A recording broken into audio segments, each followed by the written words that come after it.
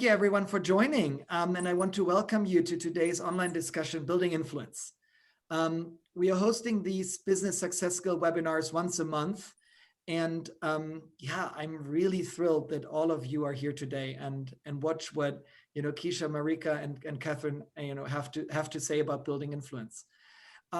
Before we jump in, I wanted to also share with you that if you have missed a webinar in the past, or if you want to watch, one again, please feel free to go on YouTube, and you can either search there for Schumacher Business Success Skill Webinars.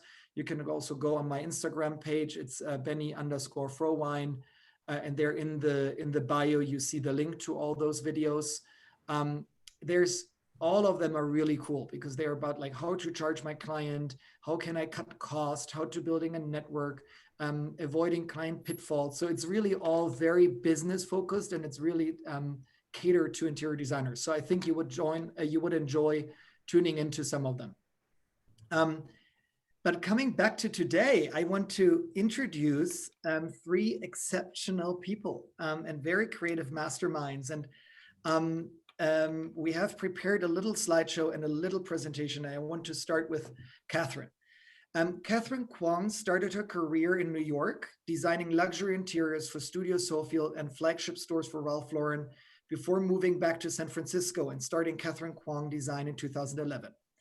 Catherine has worked on interior design projects all over the world, some of which have been features in Architectural Digest, Town and Country, House Beautiful, amongst others. She has had the opportunity to work for and learn from such legendary designers as Bill Sofield, Ralph Lauren, and Paul Vincent Wiseman. She holds a degree from Brown University and Parsons School of Design. And in 2015, Catherine, you were named Designer to Watch by Architectural Digest, which is pretty big. Congratulations on that. And thank you so much for joining today. I'm thrilled to have you with me here. Thank you for having me. Then I'm really thrilled to also have you, Keisha, on here today. You're based in New York, and Keisha spent years immersed in exclusive world of couture fashion as a backstage production manager and wardrobe stylist for the iconic Mercedes-Benz Fashion Week before launching into the interior design world. In 2006, she founded Holden Interiors, a boutique design firm specializing in residential design and corporate event production. Keisha has been named Designer to Watch by the Black Interiors Designers Network, featured on Elle Decor's House Tour, Dwell Magazine, NBC's Open House, Architectural Digest Pro, Business of Home, and Array Magazine, to just name a few. I love the word few in this context because it's actually pretty much, So Keisha, thank you. I'm also thrilled that you're here today. Thank you. And then last but not least, Marika, a native Washingtonian. She established Marika My Interiors in 2007 in Washington with the vision of creating well-proportioned environments that are elegant and sophisticated, yet welcoming, livable, and absolutely personal. An alumni of Sidwell Friends School, Marika received a Bachelor of Arts from Tulane University and studied interior design at the Corcoran School of Design. The firm's work has also been featured in a lot of magazines in Traditional Home, Interiors, House Beautiful, Washingtonian, Lux Magazine, Home and Design Magazine, and the Washington Post. In 2016, Marika launched Marika Maya Textiles, which I also recommend everyone to check out. It's beautiful textiles, to marry her love for fine art with the practical needs of a well-designed home. So Marika, also thank you so much for joining today. It's really an honor to have you 3 here with us today. Thank you, Benny. Thank you. Well, and then last but not least, I also want to introduce quickly myself. I'm Benny Frohwein. I'm Schumacher's president. And as a hobby by now, I would say, I'm hosting these webinars with a real focus on business for interior designers. And so how we always do this is that, I prepared some questions, and I think, I'm going to ask them and have everyone answer them. If you have questions, everyone who is watching, please, you see at the bottom of your screen the Q&A section, and, type in your questions there. If you can do me the favor, do them short, because I have to read, speak, think, all of it together. But I would love to just weave your questions into the conversation, or, ask them at the end. It's really supposed to be a conversation as much as it can be over Zoom. Let's get started. And I want to dive right into, building influence and building a network. And Keisha, I would love to start with you, because one reason why networking is so important, at least how I see this, is that you find clients or people who would recommend you. And let's start with the clients. I want to know from you, where do you find clients, Keisha? So Benny, I suck at networking. Let's just start there. It's not my strong suit at all. And for that, I am extremely grateful that a lot of my clients come via referrals. I've been very blessed that my clients, are a part of like an extended marketing team in advertising. So they sing my praises, and they, introduce me to others. And that's been a big part of, I would say, over the last, at solid 8 to 10 years that business has come in for me. I don't do any outside marketing. Obviously now with social media, I've been able to, use that to my advantage. But having started in 2006, when that wasn't really a thought or around in that way, it's just been very grassroots, but good, but really good. And I think truthfully that there is no better referral than a word of mouth referral, where someone is vouching for you and being able to explain who you are and the service that you provide. So usually by the time that referral is passed along, 9 times out of 10, the job is already mine. And so they take a lot of that out of, that kind of selling or trying to convince the client or woo them in some way. That previous client kind of takes care of that for me. So I've been very appreciative of that. Thank you. Yeah, super interesting. And I have a follow-up question for you in a second with regards to that. But before, I would love to know from you, Marika, where do you find your clients? How do you do that?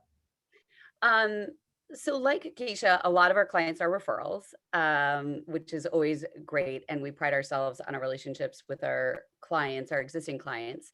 I'll say also that we do get a lot of referrals from builders and architects. We do a lot of work in construction. And so we've established a lot of relationships with various contractors, again, architects. We have great relationships with some of our tile vendors. And so sometimes an end user will come into a waterworks or someplace like that, and we'll get referrals from that. I laugh because when I first started out, right when I launched my own business and I wasn't sure how I was going to make any referrals, I would go to open houses of homes, and I would introduce myself to realtors. And I did that for about 6 months when I was very first starting.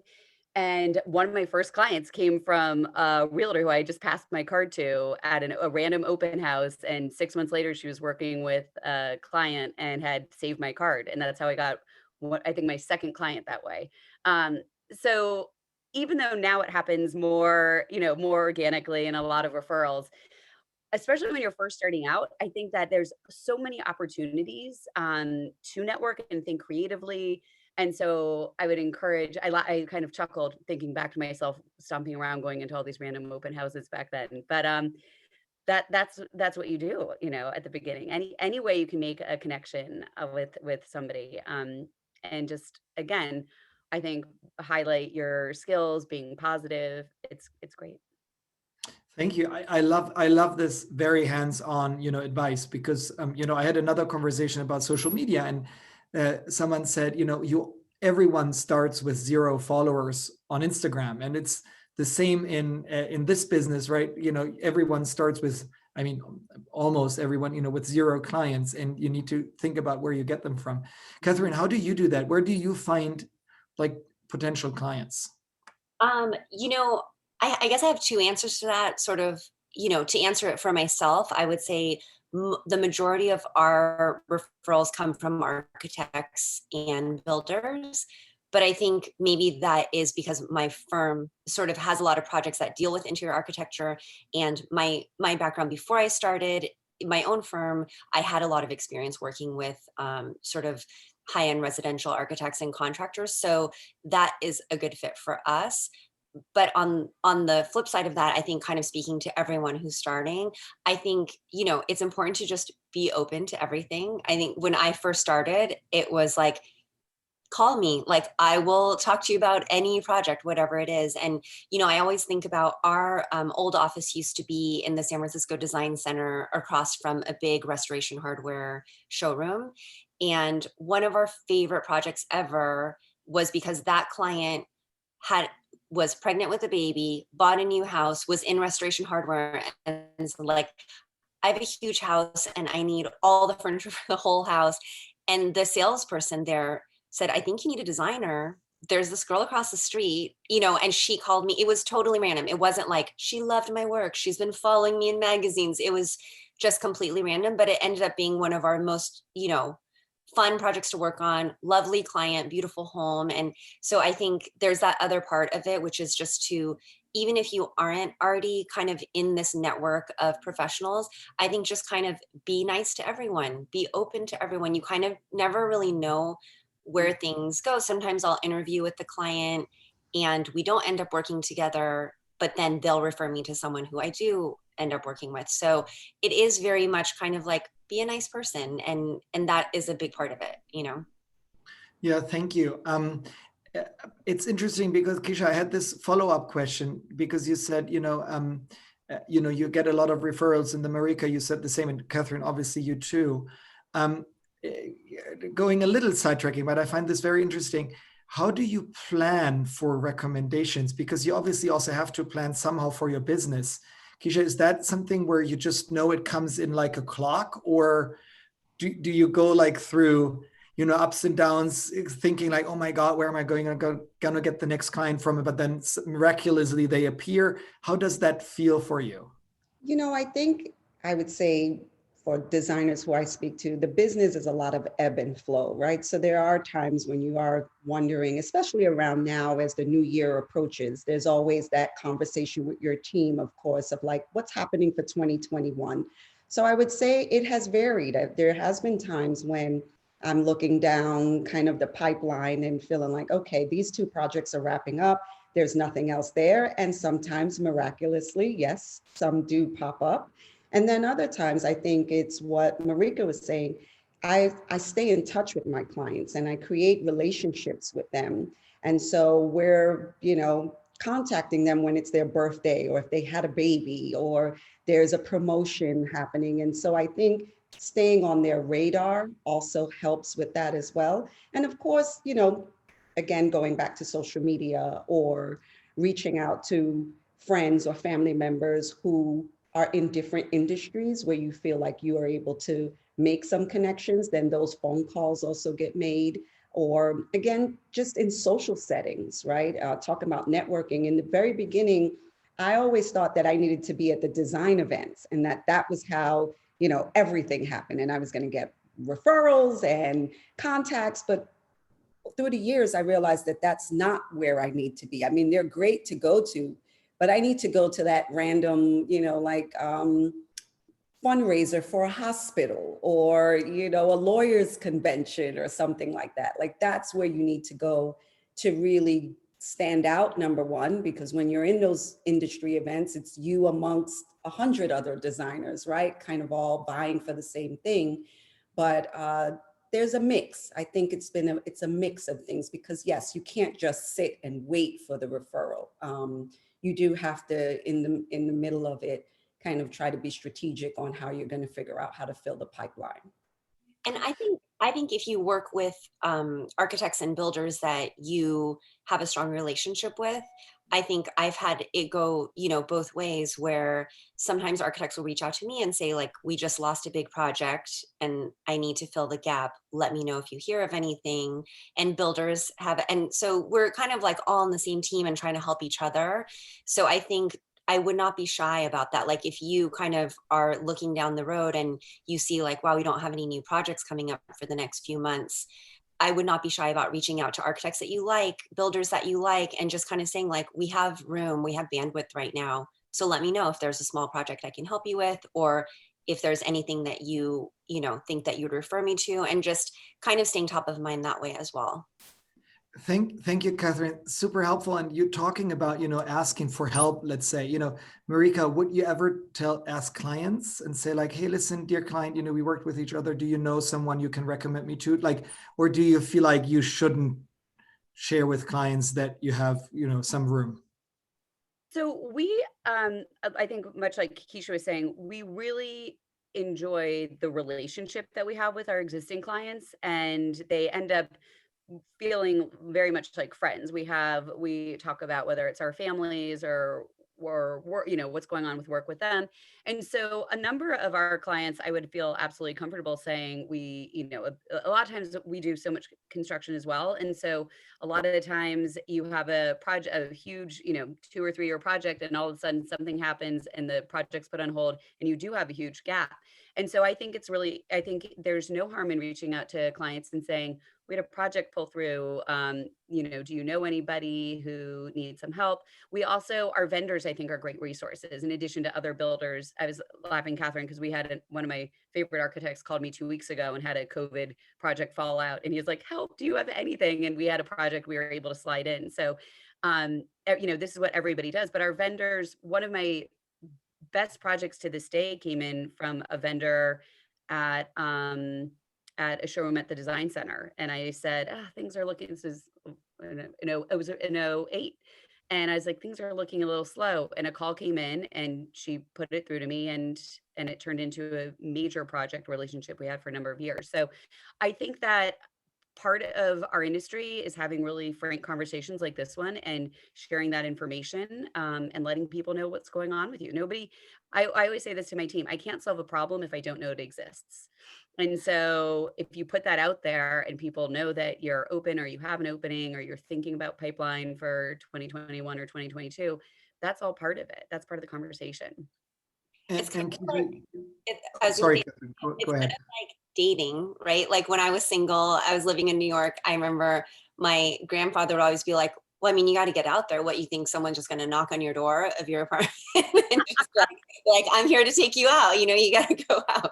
It's like very similar. I mean, you just have to kind of let people know, like, this is, when you're busy, that's great. When you're not, it's important to kind of like get things out there and like fill that time and keep that ball rolling.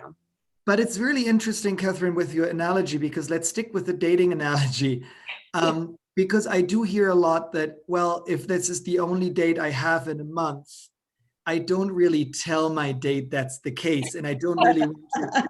So, and when it's going too well, I'm like, I'm wanted. So I'm wondering, Keisha, how do you think open conversation about that? I have room, like, do you know someone is better than like playing with closed cards and like always pretend you're busy? What do you think about that? I think it's good to pretend, but no, sometimes I'm not forward in going to clients per se to say, hey, this is what's happening with me, with my business internally, because I think a part of the sell to them too is that they're getting this designer who is like, the it thing. And so, I think, yes, sometimes for that, I would keep those cards a little bit close. But I do agree with that extended, network as far as developers and contractors and vendors because we're in the community together. I think it's important to share because, like both Marika and Catherine shared, they're not the only ones also sometimes having a project fall through. Those contractors and developers are sharing their needs as well, right? So there's a comfort level there. But no, I think with the clients, I wouldn't say I haven't done that. Never say never, but I probably would just keep those cards a little bit closer. And there are other ways, I think, too, when you're so busy, you're like thinking of all the marketing things you don't have time for. Yeah. And so I think that's, something to keep in mind also is like, if marketing is a consistent thing that we're supposed to be doing throughout, whether things are good or bad, you should be kind of keeping a sort of consistent marketing effort.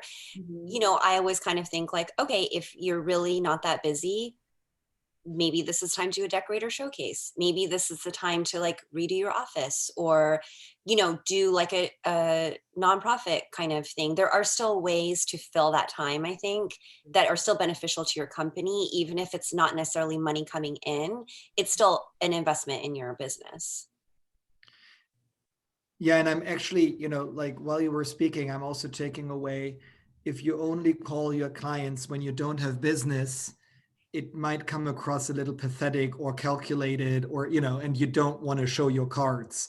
If you reach out on a regular basis, if you're super busy or not, and you always put this comment into, like, feel free to recommend me, it might feel more organic and less undesirable. I don't know, Marika, how do you do that? Because you said, sometimes you do tell clients.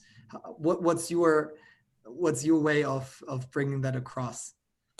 So, I mean, we're always in contact with most of our clients. I would say probably the largest percentage, second to referrals, is repeat clients. Most of our best kind of clients that we have, we just always are working together, and it's kind of like a never ending relationship that we have with them. And so those are clients we're always having conversations. They are always calling me and they're like, I gave your name to X, I gave your name to Y. And so that's wonderful. And so those are more the conversations that we would have, rather than following up with a broad, we're slow, but it would, it's more, I think, targeted around that. I think one of the problems that we have, and Benny, I don't know if this is where you were going originally with this, is we always have a pipeline. We have a predictable pipeline that we try to have 6 to 12 months out. But what happens a lot to us when it comes to referrals, and I don't know if this happens to Keisha and Catherine as well, is the referral that comes in from one of your best clients when you are already 20% over capacity, which is what happens to us more than not. And it's, a really great client's best friend. It's an amazing project. It's construction that's starting next month. And that's the situation that we often run into. And I think that's almost hard, that's almost harder, because it's that question of, well, how do you handle that relationship so that you don't damage the referral where it came in from? I feel like that's something that we struggle with a little bit more. And then that balancing act that flows from it. Sorry, I kind of turned it around. No. Super interesting. I mean, I would love to make this a little even more specific. So let's assume we all start our own new company. And Catherine, you, for example, you think now, okay, so I'm going to go out and build my network with builders and contractors. So how would you suggest I really do that? So Benny Frohwein Interiors, just opened shop, and now I put into my head, I want to speak and get to know contractors and builders and so on. What are the 3-4 tips you would give me how to do that, and also how to overcome this uncomfortable like cold call thing?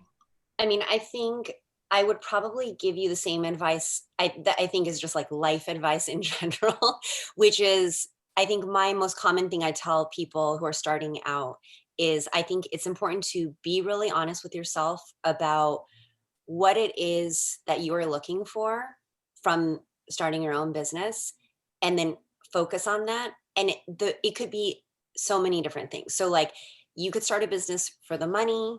You could start it for just the creative outlet. It could be just like, I want my business to bring me joy. That's the bottom line. Or I want my business to bring me recognition for how talented I am.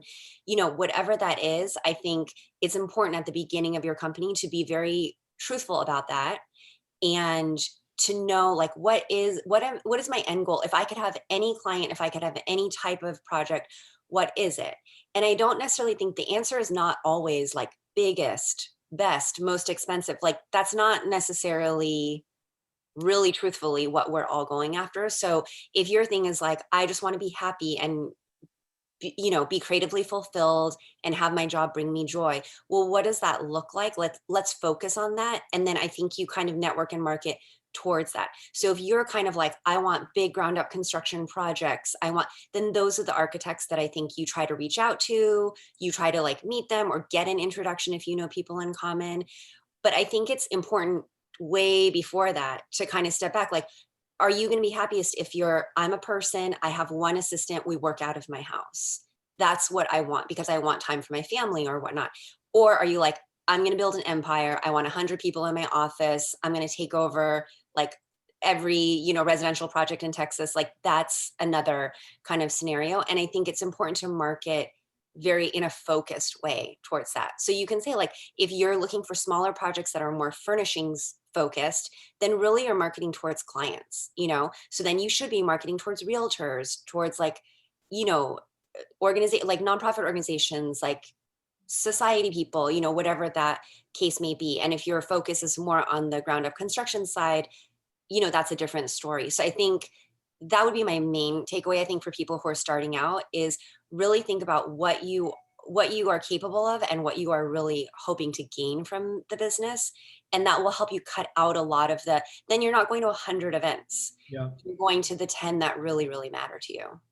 So that already helped me with Benny Frohwein Interiors a lot, because now, no, because, like I'm thinking, and now I'm thinking, okay, I really want to do ground up work and, structural work and so on. Would you really just take the yellow pages or Google Maps and type in, builder or architect, wherever I am, Manhattan, and then just call them? Or where do I find them when I just open my own business? I mean, I think, on some level, I think you probably know, like, who are I think you look and see, like, what are the projects that I really admire? Who are the architects that I admire? Who are the builders? And I think you try to reach out to people that you have in common. You find on LinkedIn if you have people in common, or maybe you only know 2 architects in your city. Like, have coffee with those people and kind of say, like, I'm starting out, I'm willing to take on small projects. I'll do I'll kind of like take on anything. Or I've reached out to realtors before and said, a lot of times realtors do walkthrough, high-end realtors will do walkthroughs with clients and they're looking at a home with the intention of renovating it. So, you could reach out to realtors that, and kind of say, like, I'm willing to do walkthroughs for free with these clients if that helps you at all, which it would, and kind of like start there. But that way it's much more focused. If you're like, my goal is to develop relationships with these 5 realtors because that is my end goal, is like, this is the type of project that I want to work on, then I think it will very quickly kind of be fruitful for you. I think this is super, super helpful. Thank you. Marika, you mentioned also, vendors and showrooms and so on can also be a help. How would you talk to them? Do you think I should just go to the design center in New York, Atlanta, in Los Angeles or wherever I am, and really just go in and say, hey, I just started out, if you have a recommendation? Or how would you do that?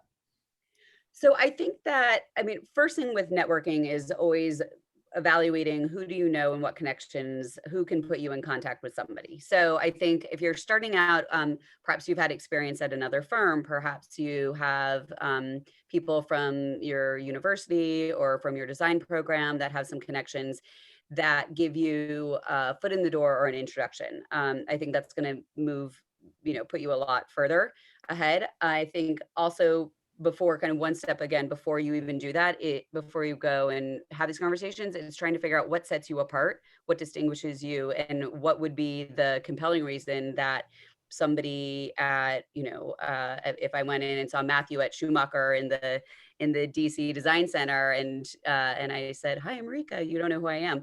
Why would he be compelled to pass my name along to a potential end user versus somebody else? So I think, again, taking it one step before that and thinking, what's unique about me? What sets me apart? What skills do I have that other people don't? Do I have a specialty? And trying to think about that, and then evaluating, again, do you have any contacts? If it is through LinkedIn or through friends or contacts, and trying to see, again, just anything that you have that helps you make an introduction a little more, have more of a personal connection to somebody. And then if you don't have any kind of connection and you don't want to, I don't know that cold calling showrooms is the best thing, but one way that you can start to meet people in a design center or in tile showrooms or plumbing showrooms is to perhaps take on your own project for yourself. So perhaps you have, if you don't have a large budget, you could think about one room. If you have a larger budget, maybe you could think about a little bit of a larger project for yourself. But that gives you an opportunity to go into a showroom, to do some work there, to work with somebody. They can get a sense of what your aesthetic is, how you're making decisions and evaluating materials. And then that helps you at least launch a conversation, a little bit of a broader conversation. I think that it's always important to make genuine connections with people. So the just walking in, walking in off the street is difficult. So if there's something a little bit more genuine that can start that conversation, I think that that's really helpful. So those might be a couple tricks that I would try. Thank you. I love these tricks. I love these tricks.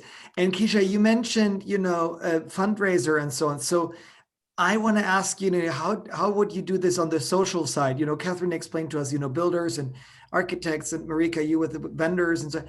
Keisha, how would you do the social side with events and so on? How do I select the one that makes sense? And how do you have like 2-3 tips for us? Well, I think it goes back to what Marika and Catherine were saying, is focusing on what type of clientele do you want, right? And so then that will determine also what type of social events you're connected to. If you're trying to get connected with high-end clients, then your social, networking needs to fit that, where you know that net worth is there. So I think that kind of guides you on what type of events to go to. And it's also an investment. I know I've done it before, where when you go to some of these fundraisers, the ticket price associated with it also is very high to get a seat at the table, right? So I do feel like there's an investment that you need to understand, that sometimes it takes money to make money, right? You got to spend money to make money, and also putting in some sweat equity. But in order to make sure that when you do end up at the table, or when you decide to reach out to a vendor or builder and you're wondering, well, why would they hire me? You also have something to show and bring to the table, which I think is really important. Now, for the social side, I think what Catherine was saying is just, being nice, being yourself. For me, it's the smile. I'm smiling here, like, hello, it may sound silly to some, but, bringing your A game, making sure that you are presentable and that you are able to give that pitch, that 5-minute pitch about who you are and what your business is all about. Because, like we all know, everyone's attention span right now it's small because of social media, right? We want it quick and fast. So to be able to get in there and make an impression with yourself, with your energy, and then with what you have to say about your business. But as far as just kind of cherry picking what works for you, that really determines upon, what type of business you're after. And I think that's so important what you are saying about, well, then what's the next step? So they meet you, they're like, who is this amazing woman? Look at that smile. But then what happens next? They'll go to your Instagram, they'll go to your website. And I know how hard it is when you're starting out and you're like, I have nothing to show on a website. But I think it's important that, one of the most important things, one of my friends is a photographer, a very, high-end lifestyle photographer. And when she started out, she, just to make ends meet, she did a lot of like engagement sessions, or when people had babies, she did family sessions. And she never put those on her website when she started out, because she always said to me, but that's what I do to make money. But what I want to do is editorial. I want to do lifestyle. And so she had just a very simple website in the beginning. But she's like, if I put out all these baby photos and all these engagement sessions, that's who is going to contact me. And I only want to put out what I'm trying to get back in. And I thought that was such a simple, kind of obvious thing, but it has always made me think about that, is when you're starting out, I know it's hard because you might not have 10 beautiful full projects that you can put on your site, but it can be your apartment, it can be mood shots, it can be inspiration, you know, on your Instagram, all those things I think will tell a story about who you are. And I think it's important, again, to think, okay, if what you want is very family friendly, very colorful, the clients who appreciate that kind of mood, then you need to put that out there. And if your style is very minimalist, or you only want to work on high end, very architectural projects, then you need to somehow reflect that in your site as well. So then when you're meeting Keisha at an event, when you follow up, you're like, wow, this person is really legit. I resonate with her style. This is someone who I want to follow. Then all of a sudden it's the client is following up with you. You're not trying to chase that person. Yeah, and I actually did that. It's funny. I did some of that when I started out. I used to do little vignettes in my own home. If I had friends that I felt like they had good bones in their homes, I would say, hey, let me remake, make over your bedroom, or let's make over your sunroom. And I would go in there and capture those moments. I also did mood boards, and I felt like people were always really attracted to that, because it showcased a sense of my style and what I saw and the things that I selected. And so that actually was really helpful in the beginning as well, because you're right, you don't have the clients. And I know for a lot of us, or for me anyway, I always saw myself here, even though I was here. And, and that never changes. Truthfully, now I see myself here and I see something else. And so you're always trying to bridge that gap, right? And having to figure out at the different levels how to get creative to now showcase that I am able to do that. So, unlike Marika and Catherine, I want to get more into development projects. And so now it's trying to figure out, okay, well, how do I showcase myself in that space? So it's always trying to level up, once you've kind of not necessarily mastered this level, but you've like, okay, I've done that I feel like I've gotten a sense of what that is. And now how can I take those tools and now expand on it as well? I mean, this is such a wealth of knowledge you're sharing with all of us. Thank you very much. Seriously. I'm sure people are taking notes like crazy, because it's your tips are so tangible. I would, in the remaining 20 minutes, I would love to move from on the stage to behind the curtain. Because, one network is, how do you find your client? But, Frohwein Interiors now, called a couple of builders, and suddenly someone is brave enough to trust me and says, yeah, my client. So I have my first recommendation. And now I'm shoot, I don't have the backbone to fulfill what I actually sold in my 5-minute elevator speech. So, you need a network to set up your operations, finding vendors, finding work rooms, finding inspiration. And Marika, maybe I start with you.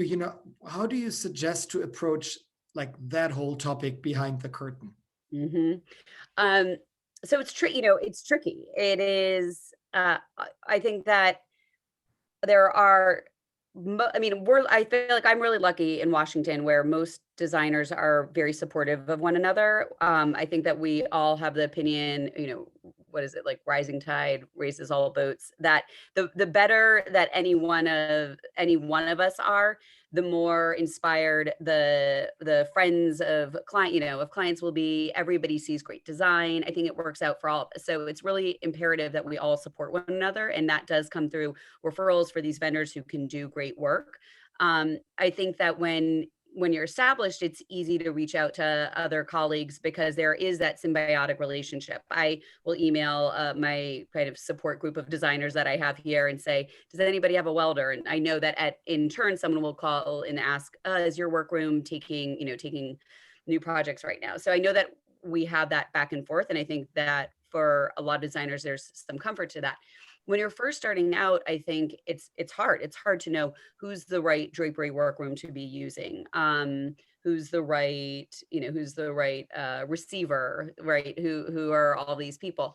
I think that, again, design centers, showrooms are great resources. When I first started out, I'd worked with other designers, so I had a sense of a couple workrooms, but I wanted to know who were other workrooms. And certainly this is a case when we work in cities where we've never done work before. Oftentimes I would call the Schumacher showroom in whatever city and say, what's the number one, who's the number one workroom where your clients are sending fabric to, and start calling, making connections like that. So I think, again, it's almost what we're talking about on the client side, but it's evaluating what do you want. Are you looking for a high-end workroom? Are you looking for somebody who can do kids rooms and things that are more budget friendly? Evaluating that, and then thinking, okay, well, who's using those same vendors? And so I think that's a great resource. And I know that any showroom at the Design Center would be happy to say, I recommend A, B, and C for that. So I think that that's helpful. And then once, the irony is, once you find one resource, oftentimes they'll say, oh, well, I'm doing I'm doing the drapes. A lot of our clients use so-and-so for upholstery, or, oh, we end up doing deliveries a lot with this receiver. And so it becomes word of mouth. But I think, again, picturing what you're looking for, you can also pick up any local publication and you'll see the credits. You'll see who the receivers are, who are the custom painters, who are the mill workers. I think that's great.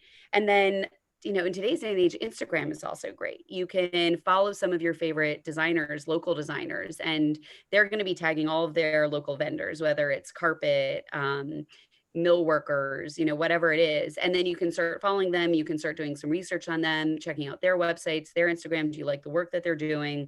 And taking it from there. But as designers, we're really only as good as our vendors. And so it is really important that in this process, you do some due diligence, you investigate it a little bit.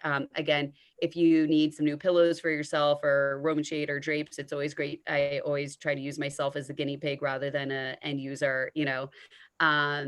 If it's a small project, just figuring out how can you do a test run and see what's their communication style. Do they come in on time? Do they all of a sudden get the yardage and double the price? But these are all those things that are really important. And then as you continue to build that network, people are really, I think most designers are pretty forthcoming with recommendations. Wow, thank you, Marika. Keisha, how have you been, selecting your workroom and vendors? Especially when it gets to different cities and so on. A lot of it is through fellow designers. And I think they're the best as far as referral, because we're all doing the same thing. And so they look into those things that Marika just mentioned, like, time and efficiency, cost. So those are things they've already maybe have experienced and can kind of avoid you from going down that road and say, hey, you know what? I like working with them. The product was really good, but there were a lot of delays. So I would try this person. I've also actually gotten some really great referrals through some of my vendor sales rep, I have an amazing receiver that I've actually gotten the referral through them that I've been with now for about 5-6 years. So they also, ironically, depending on what you're looking for, as far as like upholstery or then a receiving company, have offered assistance in that way too. And just by chance, I wouldn't have naturally thought to ask them for a referral, but if something comes up and we need to get something reupholstered, or let's say I've ordered a piece and I don't want to wait the lead time and I'm trying to get it repaired or taken care of sooner, they'll say, hey, Keisha, when we've had to get assistance with some of our product, we've used this person, you should check them out. We've used this company. So that's another way that kind of came to me. And then, yes, for sure, first and foremost, if I'm looking for someone, workroom that I don't have a relationship with, my first choice is to reach out to my, design network to get that information and that referral. Thank you. Yeah, and I would also say, you mentioned Instagram. Marika, you have Instagram. Keisha, you have Instagram with under Holden Interiors, and Catherine, you have obviously also an Instagram account. So I want also to invite everyone to check their Instagram account out. If check your work, I'm sure there are credits in. I think that's also a very smart idea, and I love that interior. Also, I love to hear, Keisha, from you that interior designers do help interior designers with recommendations. I think that is a very nice community codex to follow. Catherine, did we cover it all? Do you feel like we haven't really touched the I mean, topic I was yet? taking my own notes as Marika was talking. I was like, got it, got to do that. I think if you are lucky enough to live in a city that does some sort of designer showcase or decorator showcase, that is a Bible right there. If you are starting out, if you could get your hands on the program for a decorator showcase, I mean, I'm a big fan of showcases in general for people starting out to participate in, to kind of get your name out. But I think even a couple steps before that, you know, when a decorator is doing their showcase room, obviously they're using their best vendors. A lot of times they're trying to use vendors that aren't breaking the bank or are helping them, or they have some sort of great relationship with. So those programs are really valuable for you to kind of look and say like, okay, this is like the top designer in my town or my city. And this is the upholsterer that she uses. This is the drapery workroom. All of those things are credited in the program. And you can go through and it's like one book with, you know, 45 different top designers in your area and all the vendors that they use. It's all together. So I think that's, you know, from the very beginning, if you're kind of starting from ground zero, that's a great place to start. Good one. That's a great, yeah. Really good tip. That's Yeah. a good one for me to write down too. All right, so let me weave in here a couple of questions. So Julie Wessling asks, as a new designer, less than 2 years on my own, how do I know when to turn down work when you actually need the work? Signs of a less than ideal clients. You know, I find that interesting. Yeah, Catherine, please go ahead. I feel like this is something that I and my designer friends, like every week, someone's on the phone, like asking the same question, even though we've been working in this industry for like 20 years, you're always asking this question. I think one thing that I always come back to is one good project is like, always take one good project over 5 mediocre projects. Good, I don't always mean biggest or most expensive. I mean, good client, like good relationship.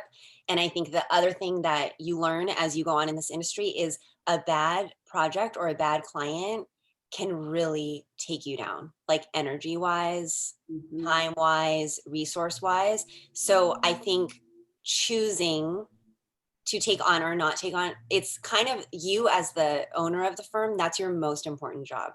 And everyone else who works at your firm and who is managing projects, you know, you're protecting them by saying no to projects that you know are going to take you down. I know it's hard when you're starting because you want to say yes to everything, but I, through some tough experience, have learned, you know, if you know, it's kind of like, again, like the dating analogy, you know, if things are bad in the beginning, like that's not good, you know. The beginning should be like roses, you're going out to dinner, everyone's excited, you're buying all the furniture, like all that good stuff. And if you already see red flags in the beginning, you owe it to your staff to protect them from that. So that's something that I have to remind myself all the time, and something that I talk about often with designers. I was going to chime in, and I would just leave it at this. If you have to ask the question, it's not a good fit. Yeah. You know, it will really, I think, really take you down. The energy, the time, a lot of the feelings. It's the opposite of a referral. It's like if someone has a bad experience with you because your personalities are not a good fit, I mean, they could be out there saying terrible things about you. And then that's kind of like the opposite of a referral. It's putting things out there that maybe are unfair or that you can avoid. Yeah. And it defeats the long-term goal, right? Of having a repeat client, or then having that client refer you. If you have a really bad experience, the last thing you want is for them to refer you. And the last thing you want is for them to call you back again. So, you know, and I know for a person like me, because I've been there also, like Catherine expressed, I've been there to maintain my professionalism. I take a lot. Like I've taken a beating with some of these, you know, clients, relationships that just don't work out. And unlike them, who are able to, you know, give you all, you know what, you as the professional can't, right? Because you're worried about your reputation, because you want to keep your business name intact. So you end up really sacrificing a lot emotionally, physically, mentally, as far as your team is concerned. And the most important one is that I think it sucks your creativity. You know, it just takes a lot out of you. And that ultimately is what you want to bring to the table. So I'm with agreement with everyone else that, you know, if you see that red flag, run in the other direction, say thanks, but no thanks. Even if you think you have to do it from a business perspective. And I think that is really interesting. So we have two more questions, and then I have one last question to you guys. So I hope I pronounced the name correctly. Chiomara asks, how does an unexperienced designer approach an established designer for mentorship? I'll answer. I get folks reaching out to me all the time. And, you know, when I started out, I think I was nervous, you know, trying to build my confidence. I was always really nervous about being in the room with other designers. And again, part of, you know, really not doing well with networking. So I didn't really get a lot of support in the beginning, and partially because of myself, right? Because I didn't quite know how to confidently approach fellow designers. So now that I, you know, have established a company and, you know, building a name for myself, I talk to whoever, whenever, like, you know, I try my best. I mean, my schedule is crazy, but I will always return that DM or respond to that comment in Instagram, because I think it's important. I think for established designers, it is a way in which we give back. So I would say, especially because of social media now, and you don't necessarily have to be standing next to that person, don't be afraid to reach out, whether it be a card that you're, you know, sending to that firm in the mail, or then a DM or an email, because all design firms will have contact information on their website page. I say definitely do it. And I think the more personal and, you know, just like nice and, you know, you do it, the more likely you're going to get a nice and thoughtful answer back, right? Absolutely. You know, Audrey asks you, Catherine, can you elaborate a little more about Designer Showcase? What is that? I can. And you know, unfortunately, not every town or area has one, but in big cities, there will be a decorator showcase or a designer showcase, and it's usually a fundraiser for a school or a charity. And basically what they do is they take a home that is on the market, and each designer will design one room.